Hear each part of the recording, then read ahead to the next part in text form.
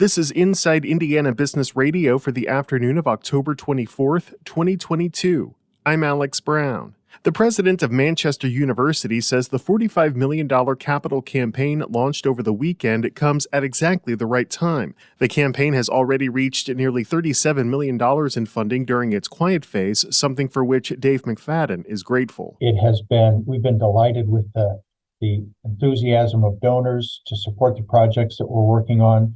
And so we have a lot of confidence going into the final phase. The funding raised through the campaign will support facility upgrades, a new $6 million wellness and sport performance center, and other initiatives and endowments.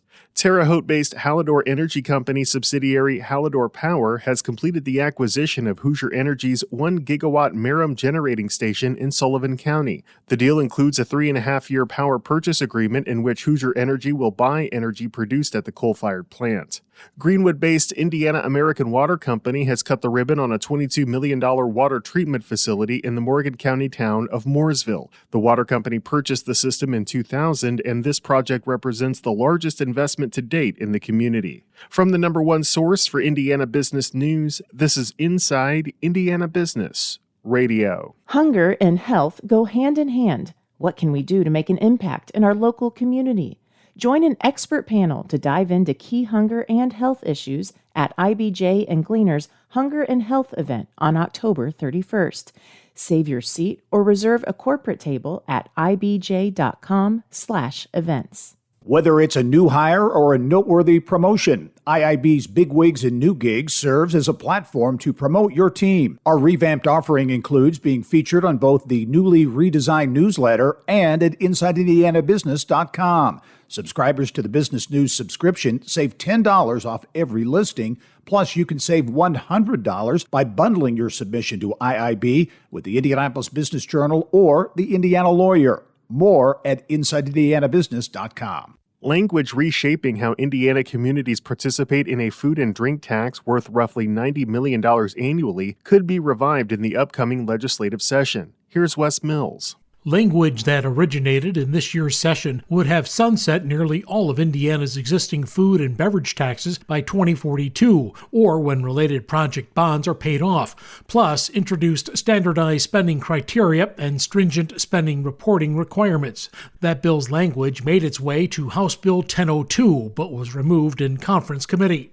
Local elected officials and tax administrators told the Indiana Capitol Chronicle they followed the legislation's progression closely and would again defending their community's use of the revenue. 33 Indiana communities have a food and beverage tax, a 1% sales duty levied on businesses that sell or help sell food and drink. In total, they earned about $90 million from the tax in calendar year 2020. For proponents of change and across-the-board sunset would start Indiana communities off with a clean slate. It's not clear what form another attempt would take in the legislative session that begins in January. Wes Mills, Inside Indiana Business Radio. TechPoint, the nonprofit growth accelerator for Indiana's tech ecosystem, is partnering with InnoPower to increase opportunities for Black Hoosiers to work in the tech sector. The partners say they will facilitate design thinking sessions, which will feature a series of grassroots gatherings focused on developing Black tech talent in Indianapolis, Fort Wayne, and Gary. TechPoint says it is also working with companies to update their hiring practices to be more inclusive and to incorporate new pathways into the tech sector. CEO Ting Gody says the organizations are working to inclusively grow Indiana's tech sector by 41,000 people by 2030.